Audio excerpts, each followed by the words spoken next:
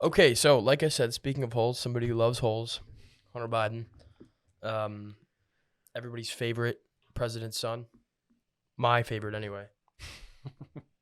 Um, Before we get into it, like unironically, I would absolutely love to hang out with Hunter Biden. I was think literally just thinking about that quote that you said to me. that would be so much fun. I heard him speaking yesterday.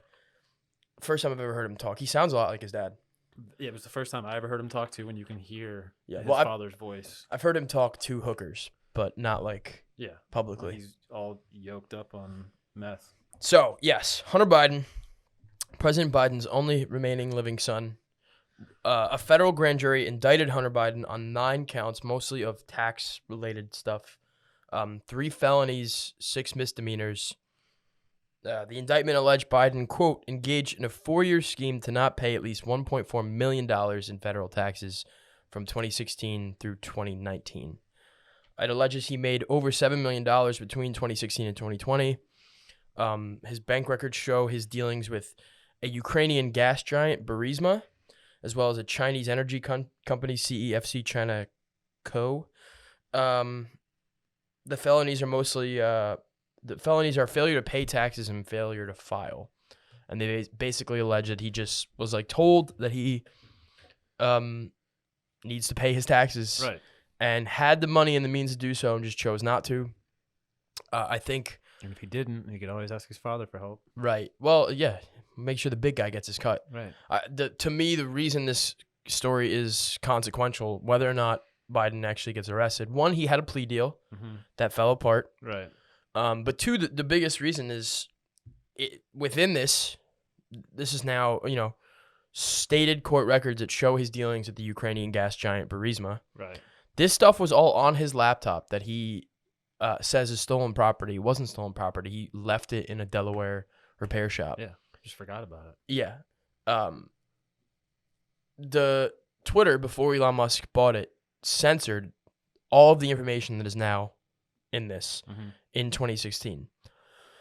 I don't get into the voting machines, the Dominion lawsuit, Sidney Powell, the crack and all that. I don't get into that in terms of, the election was stolen, all this stuff that January 6th was based off of.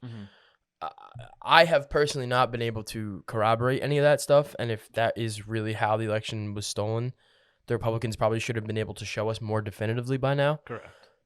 Twitter censoring a major news story during an election cycle about the leading candidate's son being corrupt is, to me, an election interference. Correct. And we've seen through the Twitter files how the FBI, the CIA, the DOJ, all these 3-letter agencies were very closely involved with these tech companies in censoring things.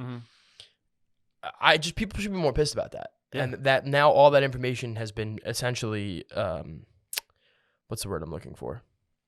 Vindicated. People who are like, the New York Post got their Twitter account suspended for posting that story on Twitter, a completely factual story. Yep. And now we're here, and 3 years later. Fucking 3 years later, he's getting indicted for it. Right. So that to me is why I wanted to bring this story forth. I don't know if you have any thoughts on that.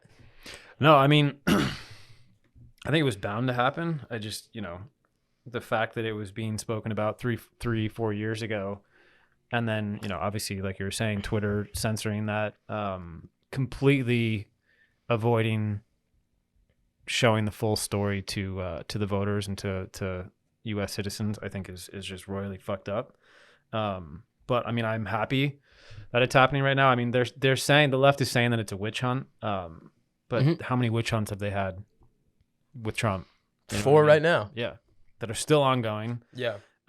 Same thing like we were talking about before with Steve Bannon. I just think it's funny how Hunter Biden is saying that, he's using his dad as his defendant and just saying that it's like defaming his father's love for his son and blah blah blah, and it's just like, you know what you did wrong, and now he's just completely saying that he's not going to comply with the congressional subpoena. Yeah, right. He did say that. Yeah, I mean, he made a statement. I think it was like on the Senate side of Capitol Hill. Yeah, Capitol Hill.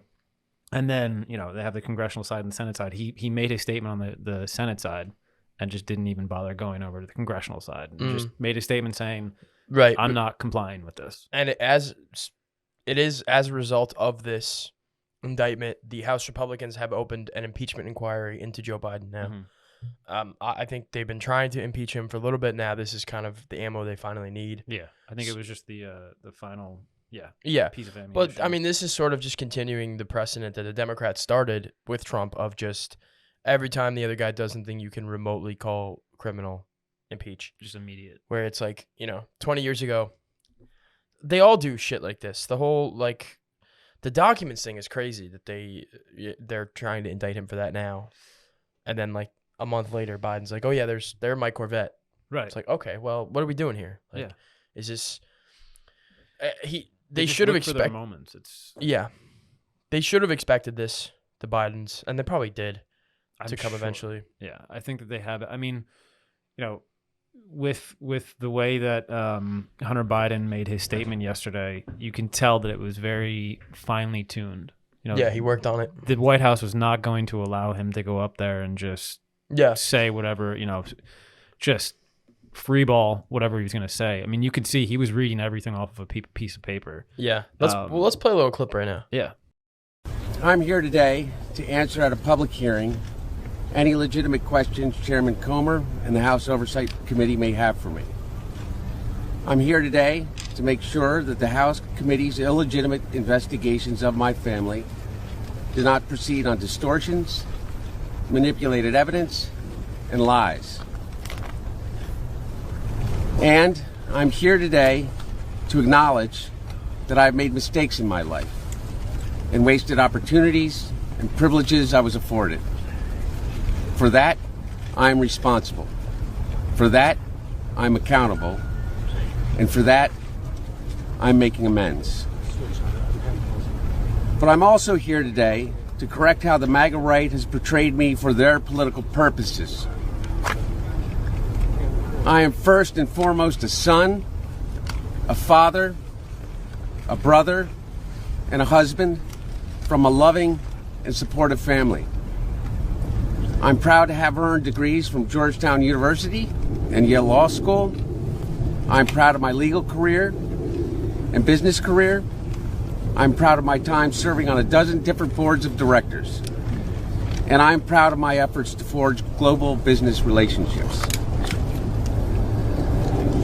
For 6 years, MAGA Republicans, including members of the House committees who are in a closed-door session right now, have impugned my character, invaded my privacy, attacked my wife, my children, my family, and my friends. They've ridiculed my struggle with addiction, they've belittled my recovery, and they have tried to dehumanize me, all to embarrass and damage my father, who has devoted his entire public life to service. For 6 years, I have been the target of the unrelenting Trump attack machine, shouting, "Where's Hunter?" Well, here's my answer. I am here. Let me state as clearly as I can. My father was not financially involved in my business, not as a practicing lawyer, not as a board member of Burisma, not in my partnership with a Chinese private businessman, not in my investment. So that's a statement. He is basically, by making that statement, he's like publicly what's the word, dude? My brain is broken today. Defying Republicans. Correct.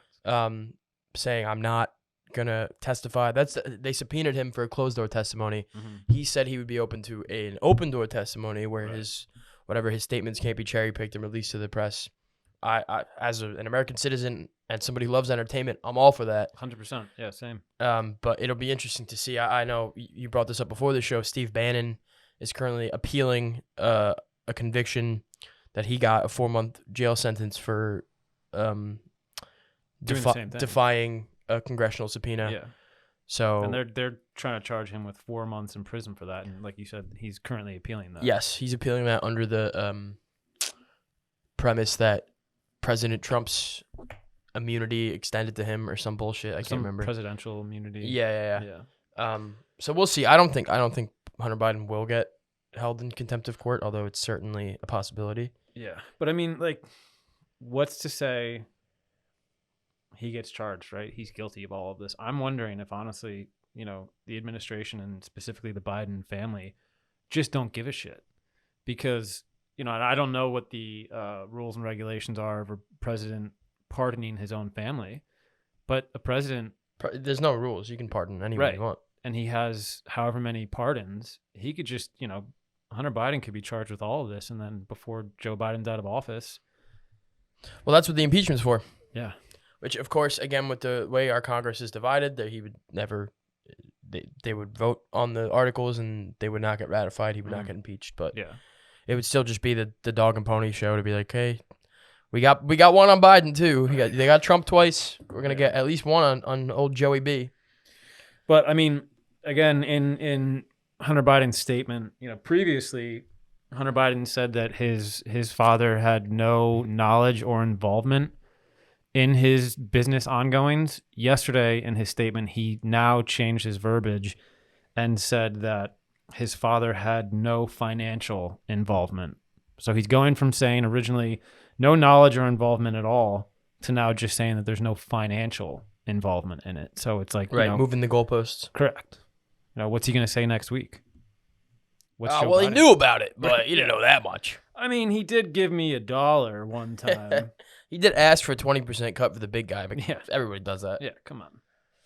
All right. There's kind of less there than I thought there'd be, so we will very quickly here, before we finish up, just talk about Volodymyr Zelenskyy. I think he went back now. He's back in Ukraine. I believe so. I know he was here yesterday. He had a little sit down with Joe Biden himself. And I say sit down very strongly because I don't know how much mental capacity Joe Biden had in that conversation. It's great, dude. I'll play this clip here of him now. And I have repeatedly made clear from our first day in office, we also need Ukraine to make changes to fix the broken immigration system here. Okay, so that's Biden saying, basically talking about how you can't tell, and even I, who I think I'm somewhat well-versed in Bidenese, I can't tell if what he's saying there is that he has been saying all along that funds for Ukraine need to be tied to border security, or that that's what the Republicans are saying. But the Republicans are saying that, right, that if there is going to be another $200 million for Ukraine, which I believe you said there probably will be. That's what Biden ended his statement with saying yesterday, was that he was going to try to get another $200 million passed. And so the Republicans are saying we're not voting for that unless you tie that to border security. Correct. Money for the border, which at this point almost just feels like throwing a fucking hat on a fire hose. It's like, we talked about this last week, but people are pouring in to this country. For better or for worse, whether you like it or not, it's happening. Mm-hmm. I think the demographics of the U.S. have been long towards trending to be not majority white by 2050 for a long time now. Mm-hmm. So there's no problem with that, but we're sort of becoming now, like, not just not white, but like we're going to be like not majority, but there's going to be a sizable portion of people in this country that like literally just got here illegally. Well, also just not citizens. Yes. It's disproportionate. I mean, the numbers that are coming in that are just come on in. Did we talk about this last week? Somebody wants them for the military. The Democratic, I forget what his name is. But yes, he was just saying, like, his point was saying that we might as well basically use these illegal immigrants. Yeah. We have low numbers with the military. We're in a tough spot. Why not just use these guys as an easy way to citizenship? Just, serve your time in the military and then now you're a citizen. Yeah, but so back to Ukraine, $200 million for them. Some people don't understand that we're not just funding Ukraine's military with these aid packages. We're paying people. We're literally running their government, their social services, like people, payroll, everything. We've already sent $110 billion over there. Right. And meanwhile, Flint, Michigan still doesn't have clean water. We don't have fixed roads. We don't have education system. We don't have veterans protection. That could be significantly better. Yep. There's a lot of things that money could have already Medicare fixed. for all, baby. Correct. That money, $110 billion. Like, what was it? When Elon Musk was buying Twitter, they said to him, like, something about ending world hunger, and he's like, "Give me a number." Yeah. And they said it was $40 billion, and he gave $40 billion. Did he really? Yeah. To who? I don't remember the exact who he gave it to. This is where you can look it That's up for also yourself. how much he but, like, spent on Twitter. correct. So he did actually give that money. I didn't know And that. I didn't follow, the roadmap of where it Yeah. went to, but he did donate $40 billion. I'm sure that's being used to buy sex slaves in Moldova right now. Without a doubt. Speaking of Moldova, the EU has decided to open EU accession talks for Ukraine and Moldova, which is basically a step to inviting Ukraine into the EU. And, Ukraine in the EU is just a hop, skip, and a jump away from Ukraine in NATO, which has long been Putin's red line. It's the reason he started this war, is because we were pushing to get Ukraine and Sweden and Finland into NATO. And it looks like a war that to me is like, a week ago, if you asked me if the Ukraine war was on the precipice of ending, I would have said yes. Now it kind of looks like the U.S. especially is like, hey, no, we need this thing to keep going. Right. The EU, like, you wouldn't be pushing these EU talks if you were willing to end the war early. So I think we're going to, like, Russia-Ukraine war is going to end up being like Afghanistan, which is like endless. Yep, that's just the world the way it is now. There's war over there, and it's probably not going to stop. 20-year war. Yeah, I mean, it's, one war ends and then the other starts, and then, it's just an endless cycle. I mean, what is it? Like, war is money, whatever that quote is. I've not heard that quote, but it's pretty accurate. Yeah. That's the defense contractors are kind of running the show here. Yeah.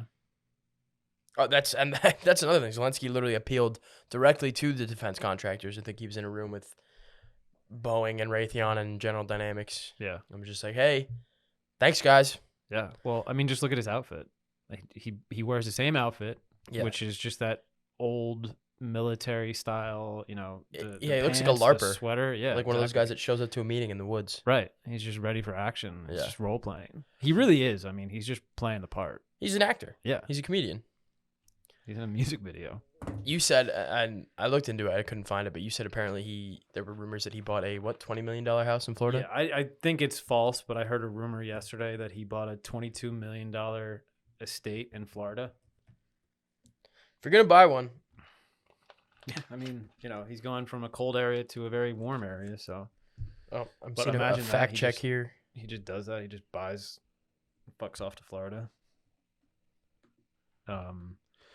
But yeah, I mean, Biden was quoted in saying that he firmly believes that Putin is banking on the U.S. not delivering more aid. And I mean, maybe that's why the number's not in the billions. So he's just showing face by sending $200 million. But who knows? All right. Well, we're going to wrap it up there. Thank you to everybody who's listening, to who has supported. This is our second episode in quote unquote season 3. We'll be back next week. Please do us a favor and follow us on Instagram, on Twitter, subscribe on YouTube. On YouTube, we're at NextGen Forward, NextGen FORWARD. On Instagram and Twitter, we're at NextGen Forward, at NEXTGEN, the number 4 word, WARD. Forward. We're on Facebook, we're on Rumble. Subscribe on Spotify, subscribe on Apple Podcasts. Let's get those numbers.